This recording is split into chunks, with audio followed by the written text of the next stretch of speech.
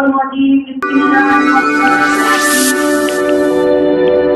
قال الله تبارك وتعالى في القرآن المجيد والفرقان الحميد يا بني لا تشرك بالله إن الشرك لظلم عظيم قال الله تبارك وتعالى في مقام آخر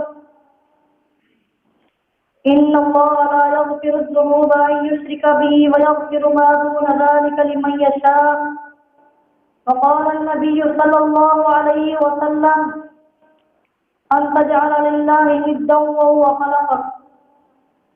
معزز سامعین کرام، آج میں آپ لوگوں کے سامنے جس موضوع پر گفتگو کرنا چاہتا ہوں وہ میرا موضوع ہے شرک ایک کبیرہ گناہ۔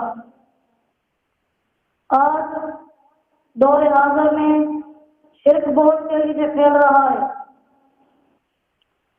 اللہ تعالیٰ نے اپنے قرآن مجید کے اندر شرک کے بارے میں ارشاد فرمایا ان الشرک لظلم عظیم، بے شک شرک ایک بہت بڑا ظلم ہے۔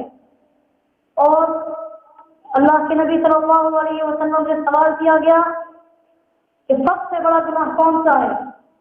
تو آپ صلی اللہ علیہ وسلم نے ارشاد فرمایا ان تجعل للہ ندا وهو خلقک، کہ تو اللہ تعالیٰ کے ساتھ کسی کو شریک کرتا ہے حالانکہ اس نے تجھے پیدا کیا۔ سب گناہوں سے بڑا گناہ اللہ تعالیٰ کے ساتھ اس کے غیر کی پوجا کرنا ہے، مثلاً غیر اللہ کو پکارنا، مردوں سے مدد مانگنا یا اللہ تعالیٰ کے علاوہ کسی اور کی قسم اٹھانا، یہ بھی شرک ہے۔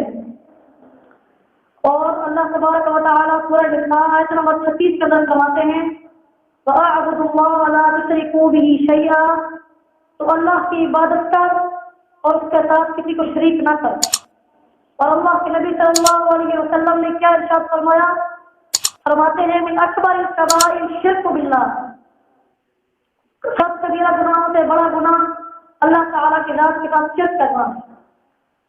اور اللہ تبارک و تعالیٰ سورہ یوسف آیت نمبر 106 کے اندر فرماتے ہیں وَمَا يُؤْمِنُ أَكْثَرُهُم بِاللَّهِ إِلَّا وَهُمْ مُشْرِكُونَ، اور ان میں سے اکثر لوگ ایمان نہیں لاتے اس حال میں کہ وہ مشرک ہیں۔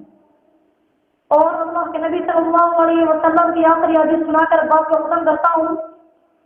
فرماتے ہیں من مات وهو يدعو من دون الله ندا دخل النار، کہ جو شخص اس حال میں فوت ہوا کہ وہ اللہ تبارک و تعالیٰ کے ساتھ کسی کو شریک ٹھہراتا تھا، کسی کے ساتھ شرک کرتا تھا، تو وہ شخص اپنا ٹھکانہ جہنم سمجھ لے، اس شخص کا ٹھکانہ جہنم ہوگا۔